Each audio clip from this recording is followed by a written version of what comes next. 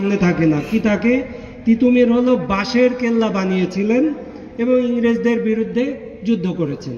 তিনি যে কৃষকদের ন্যায্য দাবিতে ন্যায্য আন্দোলন করতে গিয়ে বাঁশের কেল্লা বানিয়েছিলেন এবং মৃত্যুবরণ করেছিলেন, এই কথাটা আর সামনে থাকে না, বাঁশের কেল্লাটা সামনে চলে আসে। তেমনিভাবে ধরা যাক যে এই ব্রহ্মপুত্রর ভাটি এবং উজান দিয়ে গেলে যে আমাদের যে বিদ্রোহ, ফকির সন্ন্যাসী বিদ্রোহ, যে আজকে ফকির মজনু শাহের সম্ভবত শাহাদত দিবস আজকে 26শে জানুয়ারি। তো এই যে ফকির মজনু শাহ, তিনি কিন্তু কাদের নেতা ছিলেন? কৃষকদের নেতা ছিলেন। তিনি যে কৃষকদের নেতা ছিলেন, এই কৃষক নেতা হিসাবে কিন্তু ফকির মজনু শাহকে আমরা ইতিহাসে হাজির করি না।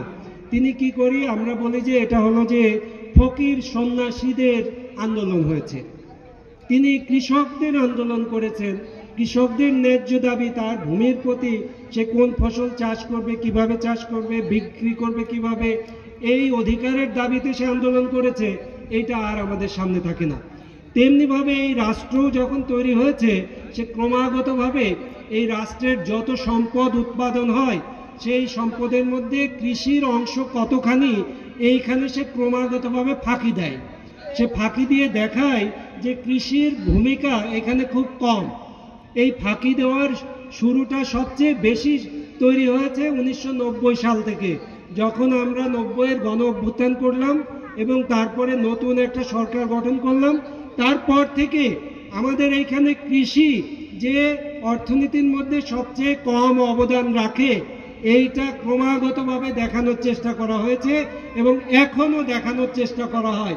বলা হয় যে কৃষির অবদান সবচেয়ে কম এবং মিথ্যা ডেটা তথ্য হাজির করে এটা উপস্থাপন করা হয় জাতির সামনে। এবং এইটা দিয়ে কৃষকের জন্য যেন আমরা কথা না বলি, কৃষকের জন্য আমরা না ভাবি, সেই জন্য তারা কৃষি পণ্যের দামটাকে সবচেয়ে কম ধরে রাখে, যেন কৃষকের সন্তান আর কৃষিকাজে না যেতে পারে। সে কোথায় যাবে? সে কৃষকের জমি বিক্রি করে মধ্যপ্রাচ্যে যাবে, সে কৃষকের ভিটা ত্যাগ করে আসে গার্মেন্টের শ্রমিক হবে, দাস শ্রমিক হবে।